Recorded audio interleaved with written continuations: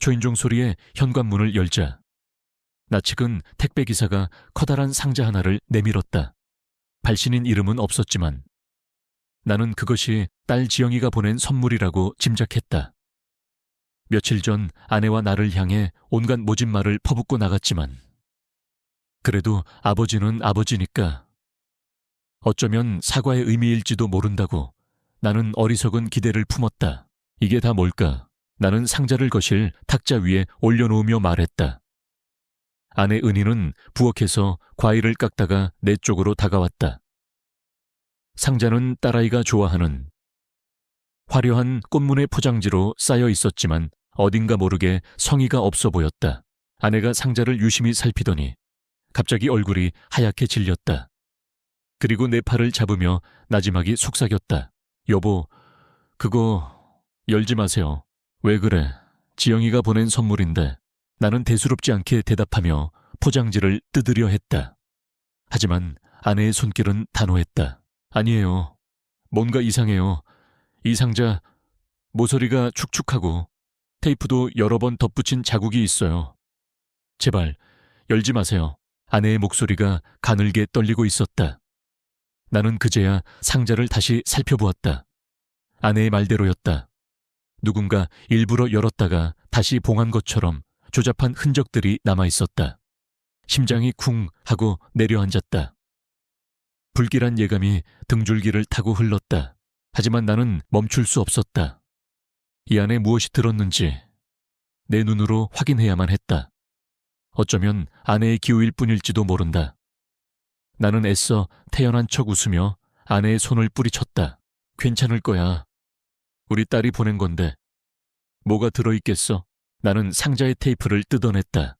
그리고 뚜껑을 여는 순간 나는 숨을 멈췄다. 상자 안에는 나의 세상이 부서져 담겨 있었다. 색색의 한지와 가늘게 다듬은 대나무 살들이 형체를 알아볼 수 없을 정도로 부서지고 찢겨진 채 뒤엉켜 있었다. 그것은 내가 지난 몇 달간 내 모든 사랑과 정성을 쏟아부어 만들던 전통 방패연들이었다. 다가오는 쌍둥이 손주들의 생일에 맞춰 건강과 복을 기원하는 용롱과 봉황풍황을 그려 넣었던 바로 그 연들이었다. 나는 그 자리에 얼어붙었다. 아무 소리도 들리지 않았다. 아내가 옆에서 무어라 소리치는 것 같았지만 내 귀에는 닿지 않았다. 시선은 오직 상자 안에 처참한 잔해들에만 고정되어 있었다. 정교하게 이어붙였던 색색의 한지 조각들, 팽팽하게 당겨 메었던 명주실, 그리고 내가 직접 그리고 채색했던 용의 눈동자.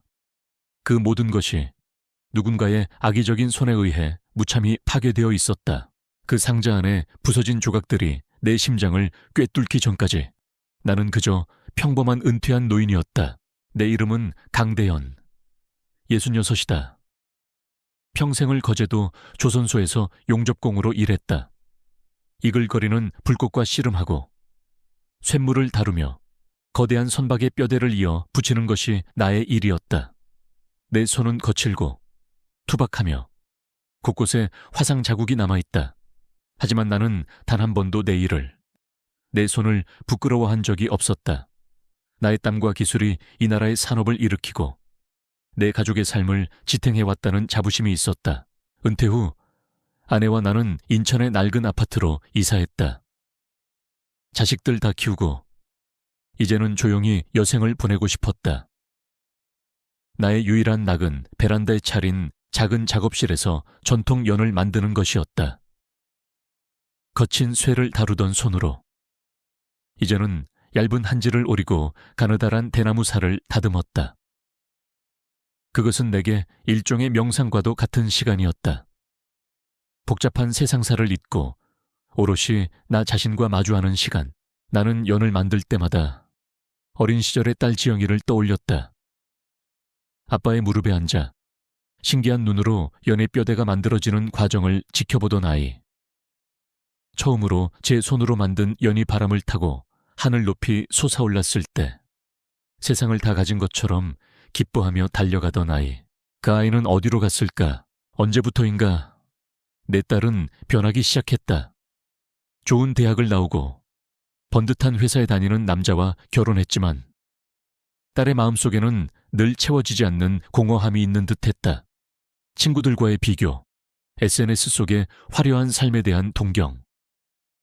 딸은 자신의 분수에 맞지 않는 소비를 하기 시작했고 사위 녀석은 번번이 사업에 실패하며 빚만 늘려갔다.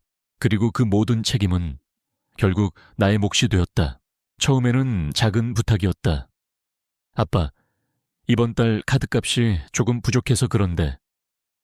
나는 딸의 길을 죽이고 싶지 않아 군말 없이 돈을 붙여주었다. 하지만 그것이 시작이었다. 부탁은 점점 더 큰 요구가 되어 돌아왔고 요구는 당연한 권리처럼 변해갔다. 내 퇴직금은 그들의 마르지 않는 셈이 되었다. 나는 다시 현실로 돌아왔다. 거실 탁자 위에 놓인 상자. 그 안에 부서진 연 조각들. 아내가 내 어깨를 흔들었다. 여보, 정신 좀 차려봐요. 나는 천천히 상자 안으로 손을 뻗었다.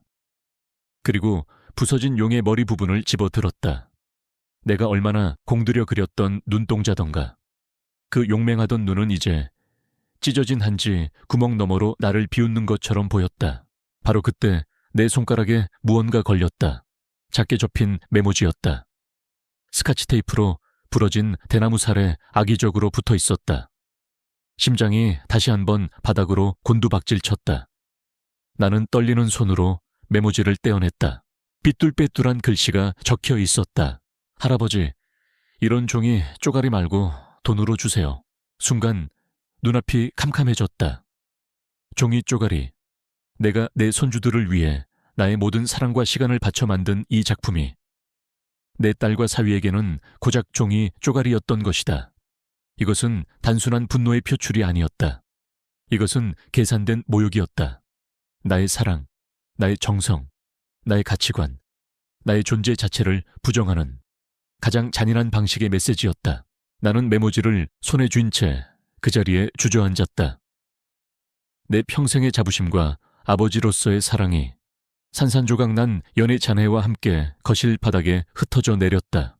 시간을 거슬러 그 끔찍한 선물이 도착하기 닷새 전으로 돌아가 본다. 그날 저녁 우리 집 식탁에는 폭풍이 몰아치고 있었다.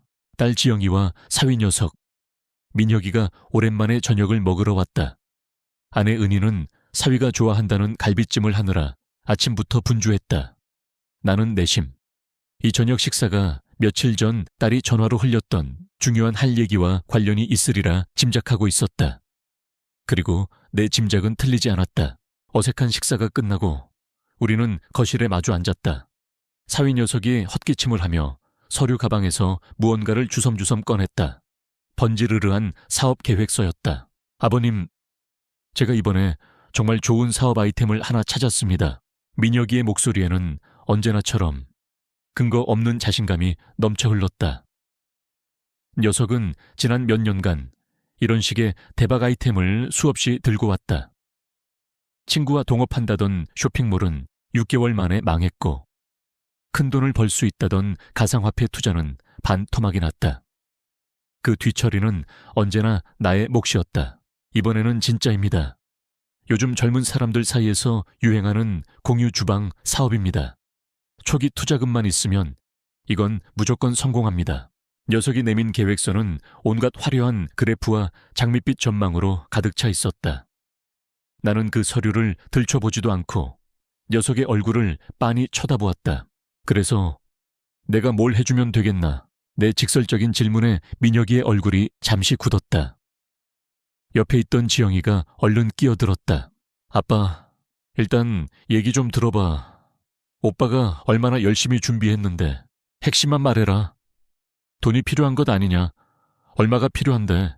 내 목소리는 나도 모르게 차가워져 있었다. 사위 녀석이 머뭇거리자 지영이가 대신 대답했다. 사업 시작하려면 보증금이 필요한데 저희 힘으로는 조금 부족해서요. 아빠 퇴직금 받으신 거랑 이 아파트를 담보로 대출을 좀 받으면 순간 내 머릿속에서 무언가 뚝 하고 끊어지는 소리가 났다. 퇴직금, 아파트, 그것은 내가 40년간 뜨거운 불꽃과 쇳가루 속에서 허리가 휘도록 일하며 지켜낸 내 인생의 마지막 보루였다. 아내와 나의 노후를 위한 유일한 안전장치였다. 그런데 이 철없는 것들은 그것을 너무도 쉽게 입에 올리고 있었다. 안 된다. 나는 단호하게 말했다. 아빠, 왜 안 돼? 그냥 담보만 서주는 건데. 담보가 뭔지 몰라서 하는 소리냐. 너희들이 또 사업 말아먹고 빚더미에 앉으면 이 늙은 부부는 길거리에 나앉으라는 거냐. 내 남편이 어떤 녀석인지 뻔히 알면서 어떻게 그런 말을 할 수가 있어. 내 고함에 지영이의 얼굴이 벌개졌다. 아빠는 왜 항상 민혁 오빠를 그런 식으로만 봐. 이번에는 정말 다르단 말이야. 그리고 다른 집 부모님들은 집도 사주고 가게도 차려준다는데 아빠는 우리한테 해준 게 뭐가 있어? 해준 게 뭐가 있냐고. 나는 기가 막혀서 헛웃음이 나왔다. 딸아이의 대학 등록금을 대기 위해 동료들 휴가 갈 때 나는 특근을 했다. 남들 다 하는 해외여행 한 번 못 가고 갖고 싶던 낚싯대 하나 사지 않고 모은 돈으로 딸의 결혼식을 치러주었다. 그런데 이제 와서 해준 게 뭐가 있냐니 지영아 옆에서 듣고 있던 아내가 딸을 나무랐다. 너 아빠한테 어떻게 그런 말을 하니? 엄마는 가만히 짖어. 이건 아빠랑 나랑 할 얘기야. 지영이는 악을 쓰듯 소리쳤다. 아빠는 그냥 우리가 잘 되는 게 싫은 거지. 평생 그렇게 조선소에서 힘들게 살았으니까. 우리도 똑같이 고생하길 바라는 거잖아. 안 그래? 너 지금 뭐라고 했어? 내 목소리가 지하실처럼 낮게 깔렸다. 평생의 내 삶이, 내 자부심이 딸의 입에서 모욕당하는 것을 참을 수 없었다. 틀린 말 했어. 아빠는 그냥 욕심쟁이야. 자기 돈 끌어안고 늙어 죽으려는 구두쇠라고. 구두쇠 그 한마디가 내 이성의 마지막 끈을 끊어버렸다. 나는 자리에서 벌떡 일어섰다. 나가. 당장 내 집에서 나가. 내 평생 처음으로. 자식을 향해 소리를 질렀다. 아빠, 지금 나보고 나가라는 거야. 그래. 나가 너희들 힘으로 한번 살아봐.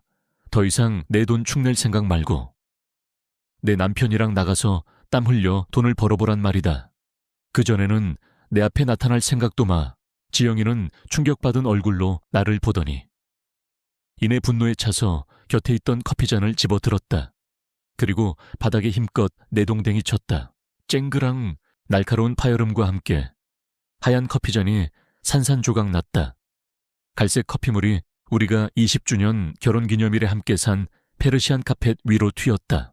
두고 보세요. 아빠는 오늘을 분명히 후회하게 될 거야. 지영이는 악에 받친 목소리로 저주를 퍼붓고는 사위 녀석의 팔을 끌고 현관으로 향했다. 쾅 하고 문이 닫히는 소리가 지진처럼 집 전체를 울렸다. 거실에는 무거운 침묵만이 남았다. 아내는 바닥에 흩어진 커피잔 조각들을 내려다보며 조용히 울고 있었다. 나는 소파에 주저앉아 거친 숨을 몰아쉬었다. 내 손이 사시나무처럼 떨리고 있었다. 나는 자식을 잘못 키웠다. 아니, 자식 농사를 망친 것이 아니었다. 나는 내 손으로 내 딸을 괴물로 만들었다. 끝없는 용서와 무조건적인 희생이 아이를 이기적이고 탐욕스러운 존재로 만들었다는 사실을 나는 너무도 늦게 깨달았다. 바닥에 얼룩진 커피 자국이 마치 우리 가족의 회복할 수 없는 상처처럼 보였다. 그날 밤 나는 내 작은 작업실에서 뜬 눈으로 밤을 새웠다. 바람 한 점 없는 방 안에서 미완성된 연들이 유령처럼 나를 내려다보고 있었다. 그 폭풍 같던 밤이 지나고 나는 도망치듯 베란다의 작은 작업실로 향했다. 그곳은 나의 유일한 피난처이자 상처 입은 영혼을 위한 작은 성소였다. 문을 닫자 시끄러운 세상의 소음은 멀어지고 오직 나무풀 냄새와 묵은 종이 냄새만이 공간을 채웠다. 벽에는 수십 년간 내 손때가 묻은 연장들이 가지런히 걸려 있었다. 거친 쇠를 자르고 녹이던 용접공의 손이 이제는 가느다란 대나무 살을 다듬고 얇은 한지를 어루만지고 있었다. 나는 작업대 앞에 앉아 아직 미완성인 봉황연 풍황유엔을 들어올렸다. 쌍둥이 손녀 민서를 위한 선물이었다. 붉고 푸른 한지를 정교하게 오려 붙여 만든 화려한 꼬리가 아침 햇살을 받아 영롱하게 빛났다. 이 연을 만들 때면 나는 시간 가는 줄 몰랐다. 대나무 살을 깎아 뼈대를 만들고 팽팽하게 실을 메어 균형을 잡고 한지 위에 생명을 불어넣는 모든 과정은 고도의 집중력을 요구했다. 그것은 내게 일종의 기도와도 같았다. 내 손주들이 이 봉황처럼 아름답고 고귀하게 세상의 어떤 바람에도 꺾이지 않고 높이 날아오르기를 바라는 할아버지의 기도. 작업대 구석에는 손자 준우를 위한 용연 롱웬, 이 거의 완성된 채 놓여 있었다. 꿈틀거리는 용의 기상이 느껴지도록 수십 번을 고쳐 그린 용맹한 눈. 나는 그 연들을 바라보며 아주 먼 과거의 한 장면을 떠올렸다. 까까머리 초등학생이었던 딸 지영이의 손을 잡고 인천의 바닷가에 갔던 어느 봄날이었다. 나는 간 만든 가오리 연을 아이의 손에 쥐어주었다. 아빠, 이게 정말 날 수 있어. 아이의 눈은 의심과 기대로 반짝였다. 그럼, 하지만 그냥 나는 게 아니야.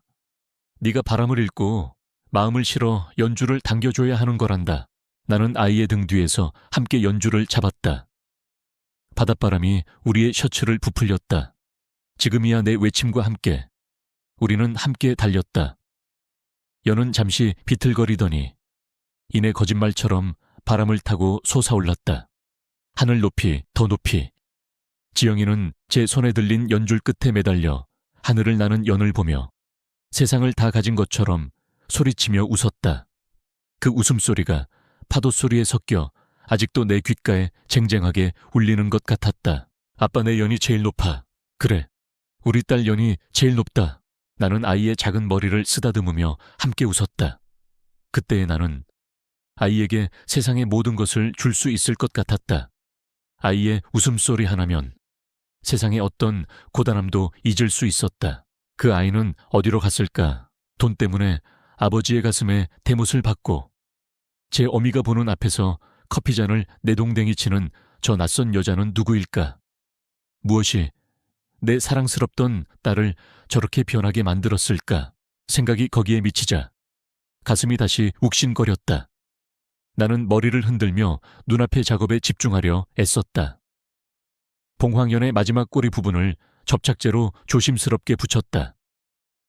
내 거친 손가락이 가느다란 한지 위에서 섬세하게 움직였다. 40년간 용접 불꽃으로 단련된 손이었다. 그 손으로 배를 만들고 다리를 짓고 내 가족을 먹여 살렸다. 나는 내 손이, 내 삶이 부끄럽지 않았다. 하지만 내 딸은 그런 아버지를 부끄러워하고 있었다. 여보, 작업실 문이 조용히 열리고 아내 은희가 따뜻한 녹차 한 잔을 들고 들어왔다. 아내의 눈은 밤새 울었는지 퉁퉁 부어 있었다. 밤새 여기서 한숨도 안 잔 거예요. 나는 대답 대신 봉황연을 들어보였다. 이것 봐. 이제 거의 다 됐어. 우리 민서가 보면 얼마나 좋아할까. 아내는 대답 없이 내 옆에 놓인 용연을 쓸어보았다. 그리고 깊은 한숨을 내쉬었다. 여보, 그래도 지영이한테 전화라도 한번 해보세요. 어제는 걔도 너무 흥분해서 실언을 한 걸 거예요. 원래는 그런 애 아니잖아요. 아내의 목소리에는 애원이 담겨 있었다. 언제나처럼 아내는 이 깨어진 관계를 어떻게든 다시 봉합하고 싶어 했다. 어머니니까. 아무리 자식이 잘못했어도 품을 수밖에 없는 어머니니까. 그런 애가 아니라고 나는 씁쓸하게 웃었다. 어제 우리가 본 건 지영이의 본 모습이야. 우리가 애써 외면하고 싶었던 진짜 모습. 당신도 알잖아. 그래도 부모가 먼저 손 내밀어야죠. 이대로 등지고 살 수는 없잖아요. 손주들 얼굴은 어떻게 보고요. 손주들, 그 말에 또다시 가슴이 무너졌다. 이 모든 갈등 속에서 가장 상처받는 것은 아무것도 모르는 그 어린아이들일 것이다. 하지만 나는 고개를 저었다. 아니, 이번에는 안 돼.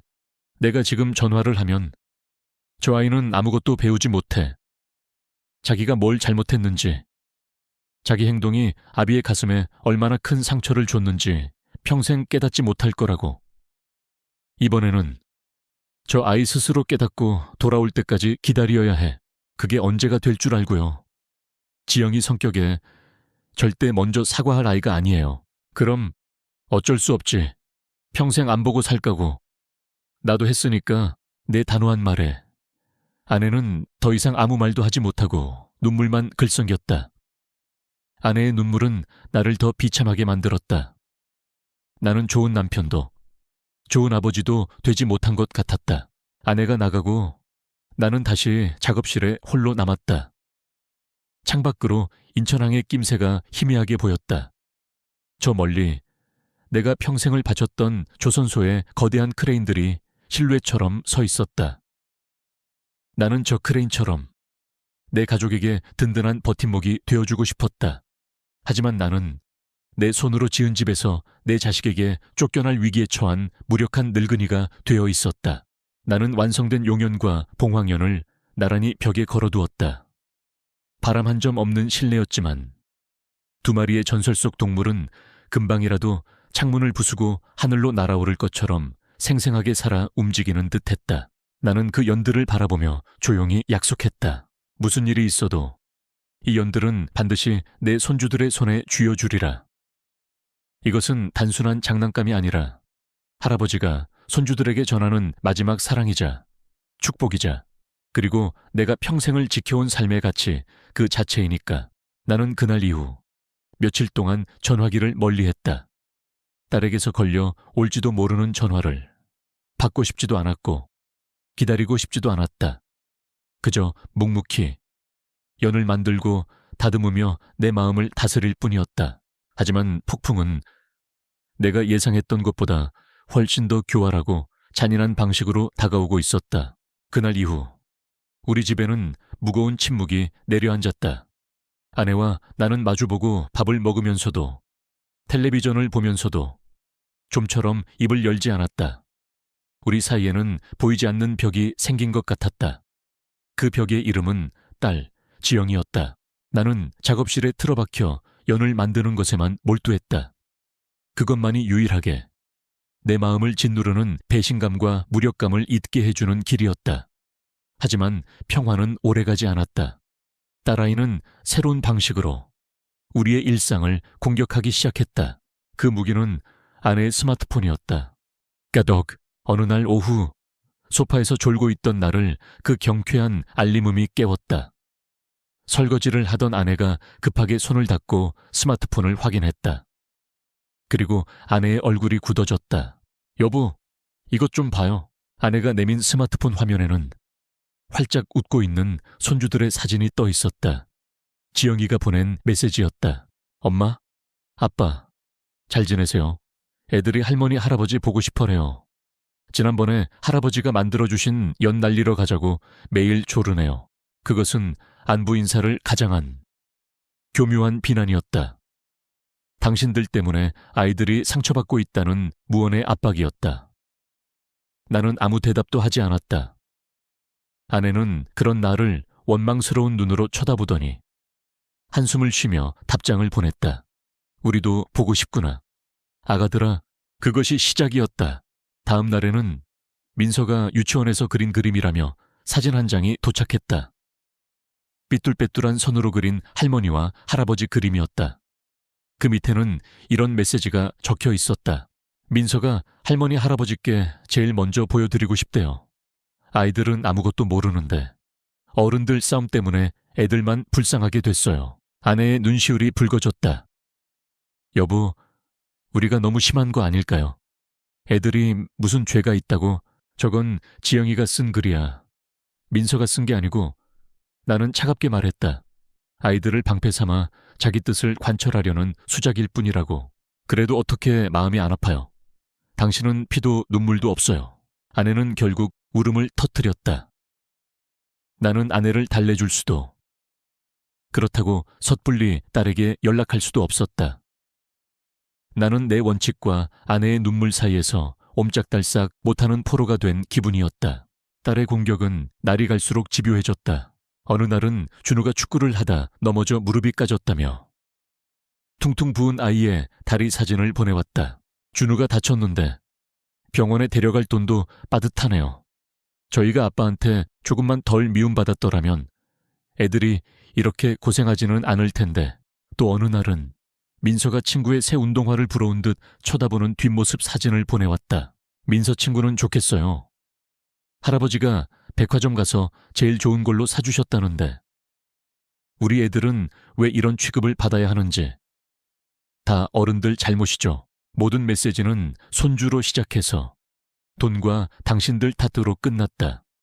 그것은 가장 비겁하고 잔인한 방식의 감정적 학대였다. 지영이는 정확히 알고 있었다. 어떻게 해야 우리 부부의 마음을 가장 아프게 후벼 팔 수 있는지를. 아내는 매일 밤 손주들 사진을 보며 잠이 들었다.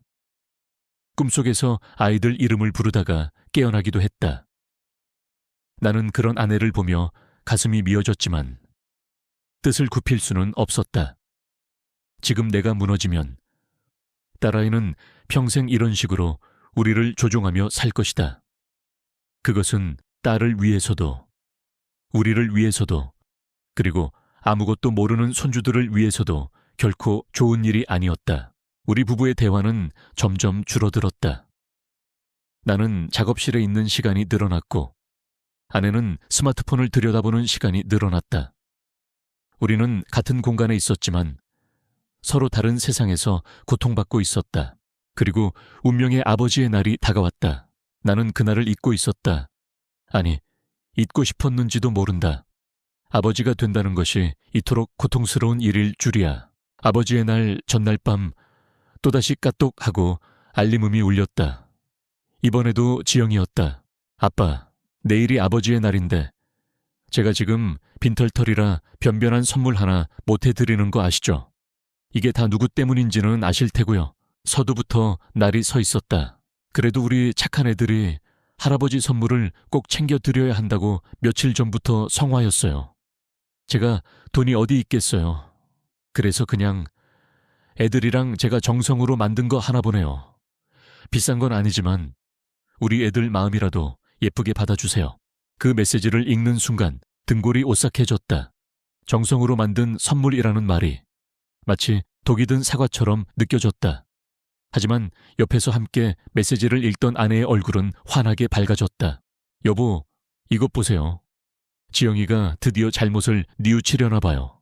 애들이랑 같이 선물을 만들었대요. 아내는 오랜 가뭄 끝에 단비를 만난 사람처럼 기뻐했다. 그래, 역시 우리 딸이야. 본심은 착한 아이인데 나는 차마 아내의 그 순진한 희망을 꺾어버릴 수가 없었다.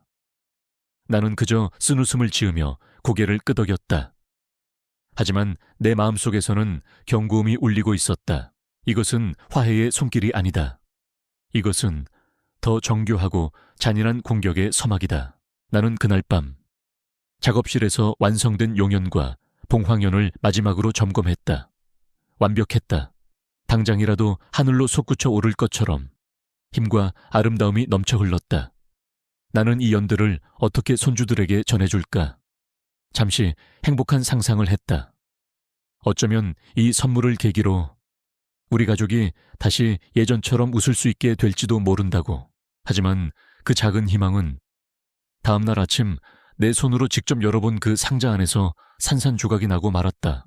가장 사랑하는 존재의 이름을 빌려 가장 잔인한 방식으로 내 딸은 내 심장에 칼을 꽂았다. 아버지의 날 아침 나는 뜬 눈으로 밤을 사운 탓에 머리가 지끈거렸다. 아내 은희는 애써 밝은 척하며 내가 좋아하는 북엇국을 끓였다. 식탁에 앉아 마주 보았지만 우리 사이에는 어색한 침묵이 흘렀다.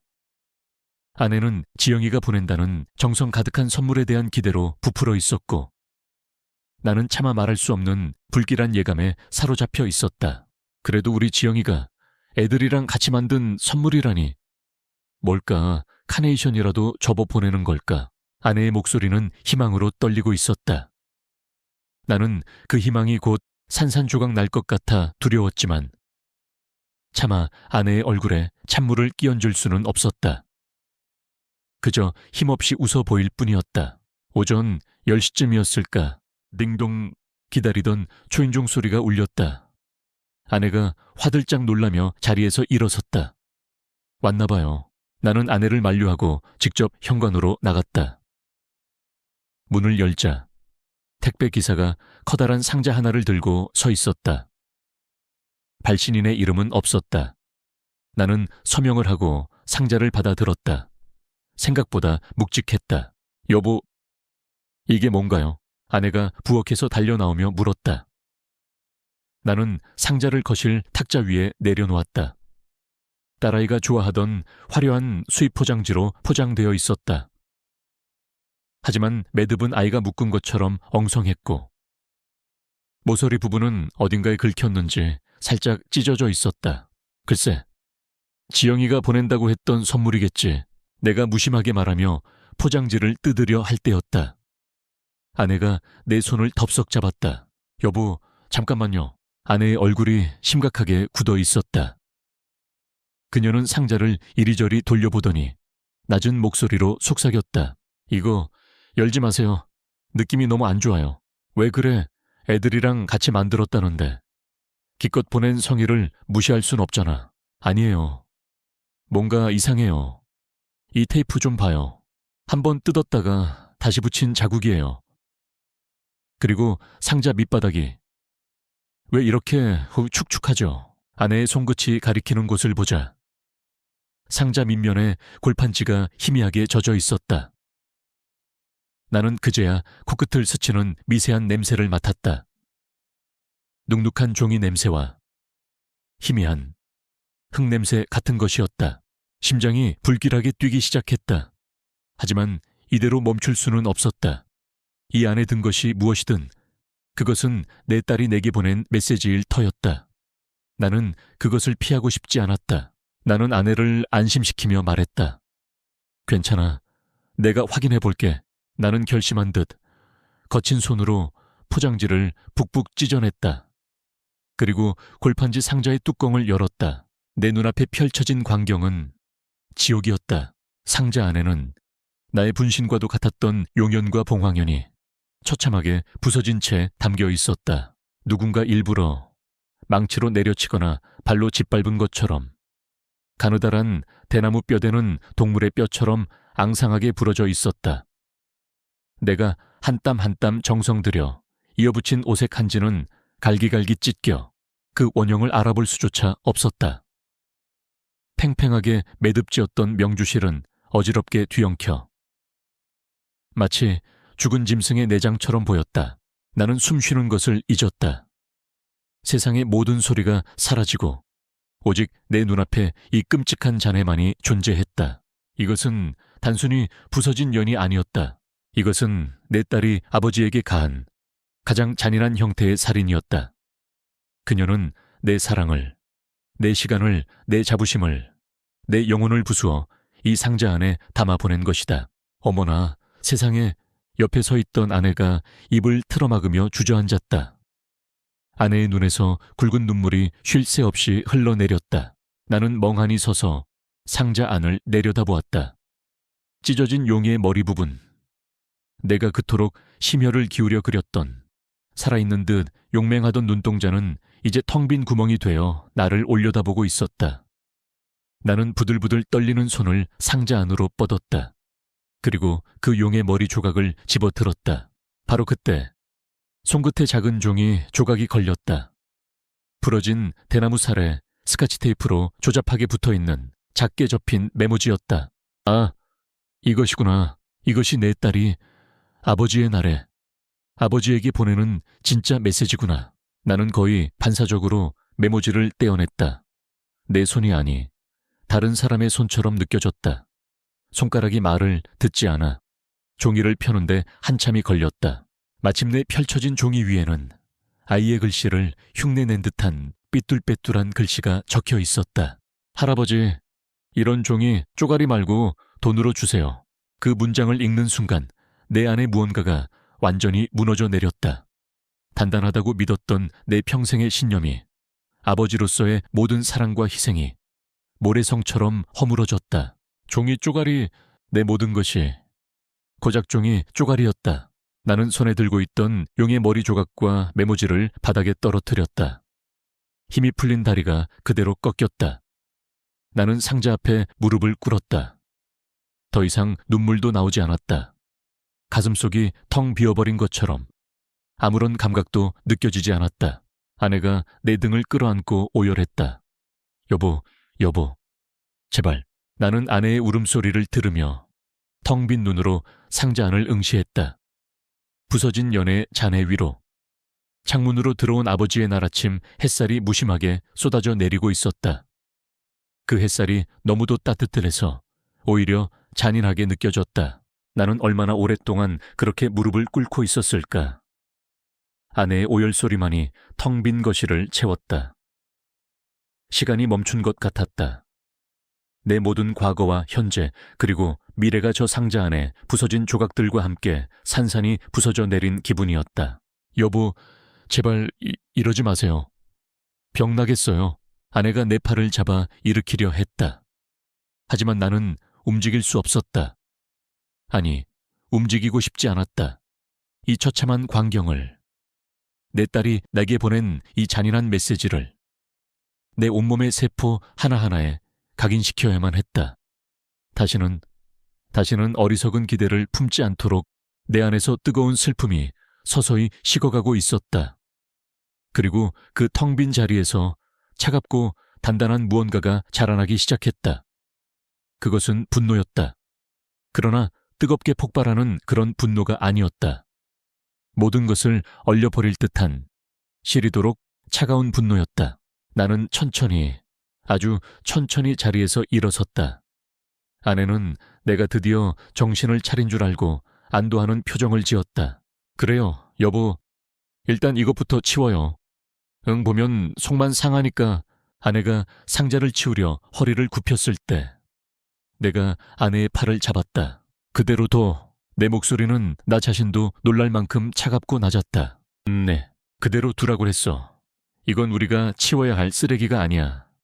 이건 증거야. 나는 거실을 가로질러 전화기가 놓인 탁자로 향했다. 내 걸음걸이는 더 이상 슬픔에 잠긴 늙은이의 것이 아니었다. 한 발 한 발, 무언가를 결심한 자의 단호함이 실려 있었다. 아내가 불안한 눈으로 나를 따라왔다. 여보, 어디 전화하시게요, 지영이한테. 그래, 안 돼요. 지금 전화해서 뭘 어쩌자는 거예요. 싸움만 더 커질 거예요. 싸움. 나는 헛웃음을 쳤다. 이건 더 이상 싸움이 아니야. 이건 확인이야. 나는 수화기를 들고 내 손으로 직접 내 딸의 번호를 눌렀다. 신호음이 2번 울리고 곧이어 명랑하게 포장된 지영이의 목소리가 들려왔다. 아빠 웬일이세요? 그 목소리에는 일말의 죄책감도 불안함도 느껴지지 않았다. 마치 아무 일도 없었다는 듯이 나는 잠시 숨을 골랐다. 내 목소리가 떨리지 않도록 최대한 평정심을 유지하려 애썼다. 지영아, 아비다. 네, 알아요. 그런데 무슨 일이시냐고요? 저 지금 바쁜데. 네가 보낸 선물 잘 받았다. 나는 일부러 선물이라는 단어에 힘을 주어 말했다. 수화기 너머에서 순간 짧은 침묵이 흘렀다. 아, 그거요. 딸의 목소리가 미세하게, 아주 미세하게 날카로워졌다. 그것 때문에 전화하셨어요. 고작 그것 때문에. 나는 또 뭐라고. 고작 그거. 그 말에 내 안의 마지막 남은 미련마저 재가 되어 사라졌다. 그게 무슨 뜻인지 설명을 좀 해줘야겠다. 지영아, 내 눈에는 그게 고작 그거로 보이나. 그럼 뭔데요? 아빠는 지금 그깟 종이 쪼가리 몇 개 부서진 게 문제예요. 지금 우리는 당장 다음 달 집세도 막막한데 아빠 때문에 우리가 얼마나 힘든지 알기나 하냐고요. 딸은 조금도 물러서지 않았다. 오히려 적반하장으로 소리를 지르기 시작했다. 자신의 잘못을 인정하기는커녕 모든 책임을 다시 내게로 돌리고 있었다. 그 낡은 년이 아빠 퇴직금보다 더 중요하다는 말이에요. 지금 우리가 그 돈 달라고 한 게 그렇게 죽을 죄예요. 돈 얘기가 아니라고 했을 텐데 돈 얘기가 아니면 뭔데요?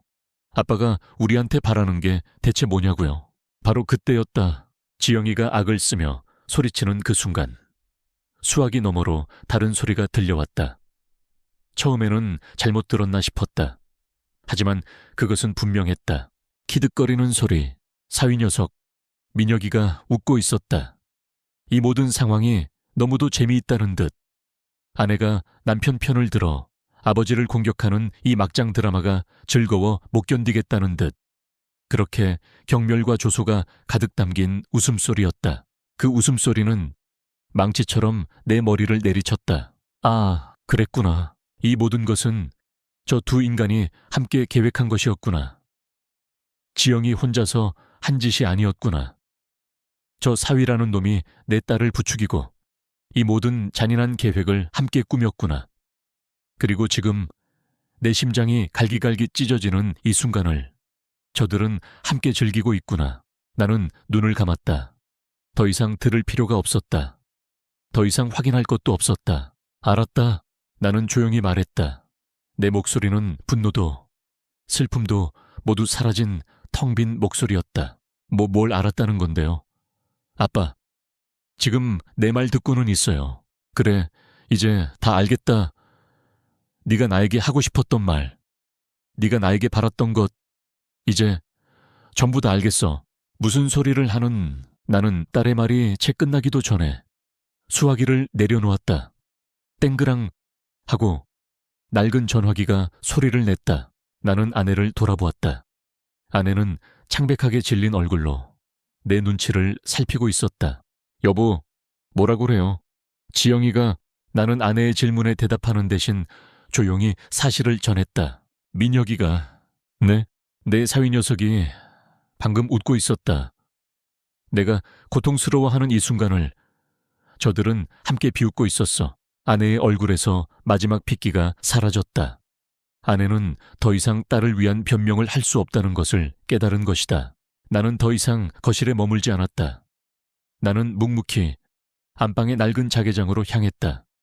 그리고 맨 아래 서랍을 열었다. 그곳에는 내가 평생을 모아온 모든 서류와 통장, 그리고 도장이 들어있었다. 나는 내일 변호사를 만나러 갈 것이다. 그리고 내 손으로 이 지독한 인연의 모든 것을 정리할 것이다. 내 딸이 그토록 원했던 돈으로 가장 철저하고 냉정한 방식으로 다음 날 아침 나는 평생 입을 일이 없을 거라 생각했던 가장 좋은 양복을 꺼내 입었다. 아내는 말없이 내 구겨진 셔츠를 다리미로 반듯하게 다려주었다. 우리는 한마디 말도 하지 않았지만 서로의 마음을 알고 있었다.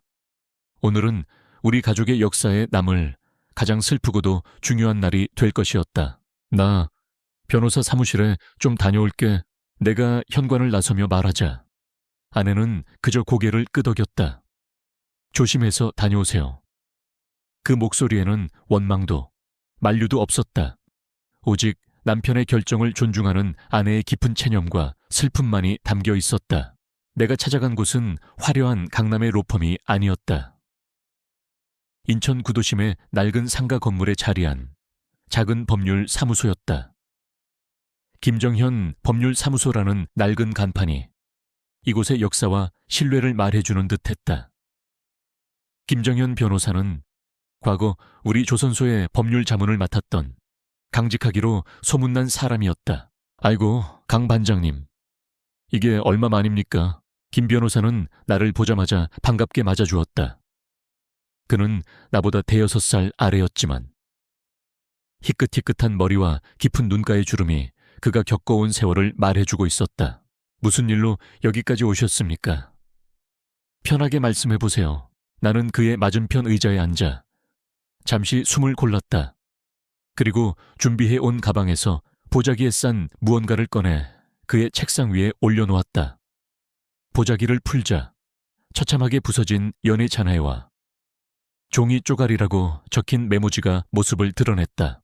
김 변호사의 얼굴이 순간 굳어졌다. 나는 어제 그리고 지난 몇 년간 있었던 모든 일을 담담하게 털어놓았다.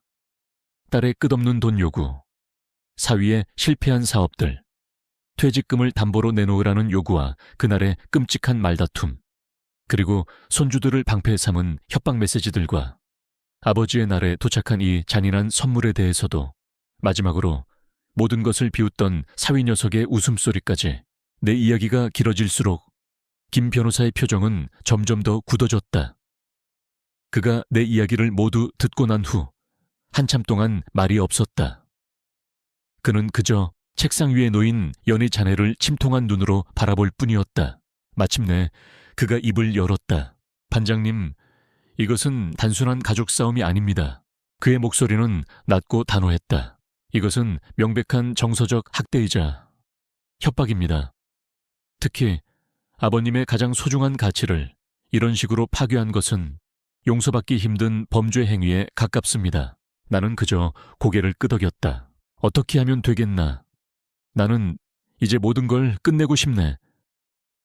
더 이상 저 아이들에게 내 노후를, 내 아내의 눈물을 저당 잡히고 싶지 않아. 몇 가지 법적인 조치를 동시에 취해야 합니다. 김 변호사는 자리에서 일어나 법전이 꽂힌 책장으로 향했다. 첫째, 따님과 사위가 두 분께 더 이상 연락하거나 집 근처에 접근하지 못하도록 접근 금지 명령을 신청해야 합니다. 어제 받은 메모지와 따님과의 통화 내용은 충분한 증거가 될 겁니다. 만약 이 명령을 어길 시에는 그땐 형사처벌의 대상이 됩니다. 접근 금지 명령, 내가 내 딸에게 법의 힘을 빌려 오지 말라고 말해야 하는 것이다. 가슴 한쪽이 아려왔지만 나는 고개를 끄덕였다. 그리고 둘째, 더 중요한 문제입니다. 유언장입니다. 김 변호사는 다시 자리에 앉아 나를 똑바로 바라보았다.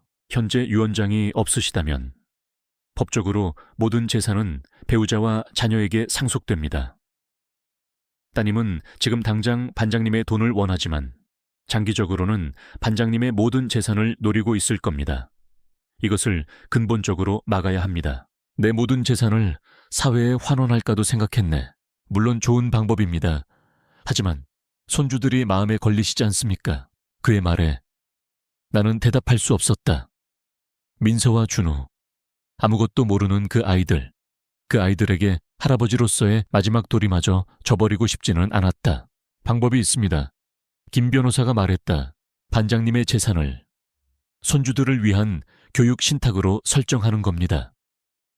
신탁회사나 은행이 그 돈을 관리하고 손주들이 성인이 될 때까지 오직 학비나 유학 자금 같은 교육적인 목적으로만 돈을 지급하는 방식입니다. 부모인 따님 부부는 이 돈에 단 한 푼도 손을 댈 수 없게 됩니다. 법적으로 완벽하게 차단하는 겁니다. 교육 신탁, 그것은 내가 생각지도 못했던 방법이었다.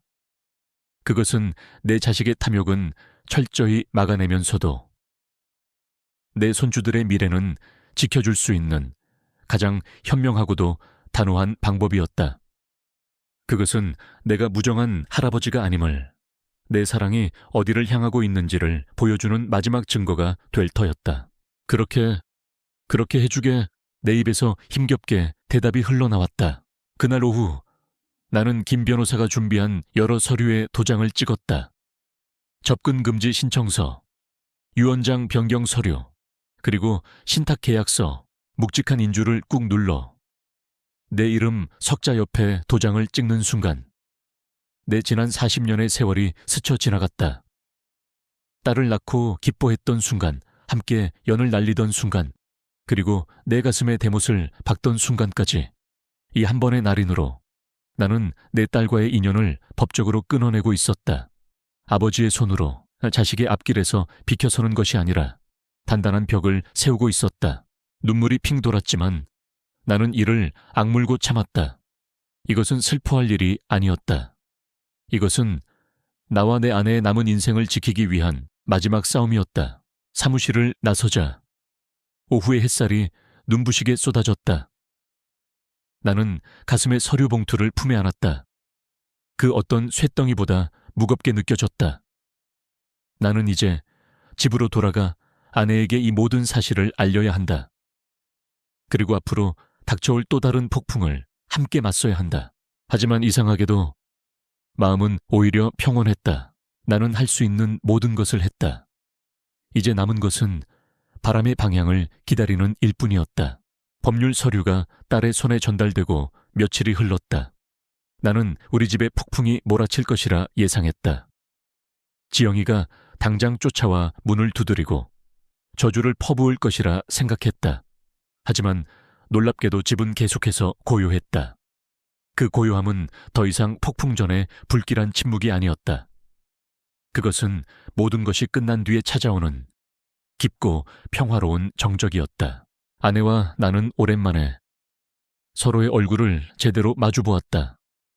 그동안 우리 부부의 대화는 늘 지영이의 문제로 시작해서 돈 문제로 끝이 났었다. 하지만 이제 우리는 아침에 일어나 함께 커피를 마시며 신문을 읽고 저녁에는 나란히 앉아 텔레비전 드라마를 보며 웃었다. 수십 년 만에 되찾은 지극히 평범하고도 소중한 일상이었다. 물론 전화가 한 통 걸려오긴 했다. 법원 서류를 받은 바로 다음 날이었다.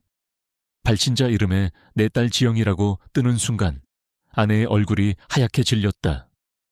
나는 아내의 손을 한번 꽉 잡아주고는 담담하게 전화를 받았다. 수화기 너머에서는 예상했던 대로 딸의 날카로운 비명이 터져 나왔다. 아빠, 어떻게 나한테 이럴 수가 있어. 접근 금지 유언장. 지금 제정신이야. 아빠가 내 아빠 맞아. 나는 딸의 분노를 묵묵히 들었다.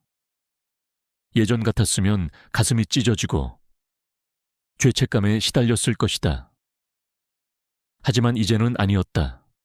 나는 그저 멀리서 들려오는 소음처럼 그 모든 말을 흘려보냈다. 다 말했니? 내 차분한 목소리에 지영이는 잠시 말을 잃은 듯했다. 나는 내 아내와 내 남은 삶을 지키기로 결정했다. 그게 다다. 그러니 이제 다시는 연락하지 마라.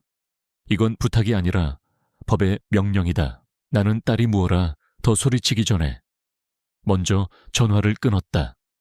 그것이 마지막이었다. 그 이후로 딸에게서는 2번 다시 연락이 오지 않았다. 유일한 무기였던 감정적 협박과 위협이 법이라는 벽 앞에서 무력해지자 딸은 더 이상 우리에게 연락할 이유를 찾지 못한 것이다. 어느 맑은 주말, 나와 아내는 인천의 바닷가로 향했다. 우리는 월미도의 방파제를 따라 나란히 걸었다. 갈매기들이 끼룩거리며 날아다녔고 짭조름한 바닷바람이 얼굴을 스쳤다. 우리 이렇게 둘이서 바다 본 게 얼마만이죠? 아내가 내 팔짱을 끼며 말했다. 글쎄, 지영이 결혼하기 전이었나? 그랬나 봐요. 늘 아이들 걱정, 돈 걱정에 하늘 한번 제대로 쳐다볼 여유도 없이 살았네요. 우리 아내의 목소리에 눈물기가 서려 있었다. 나는 아내의 어깨를 감싸 안았다. 우리는 말없이 수평선 너머로 지는 해를 한참 동안 바라보았다. 붉게 타오르는 노을이 우리의 지친 마음을 따뜻하게 위로해주는 것 같았다. 집으로 돌아온 나는 곧장 베란다의 작업실로 향했다. 한쪽 구석에는 그날의 상처가 담긴 상자가 그대로 놓여 있었다. 나는 상자를 열어 부서진 연애 잔해들을 바라보았다. 더 이상 마음이 아프지 않았다. 그저 멀고 낯선 과거의 유물처럼 느껴질 뿐이었다.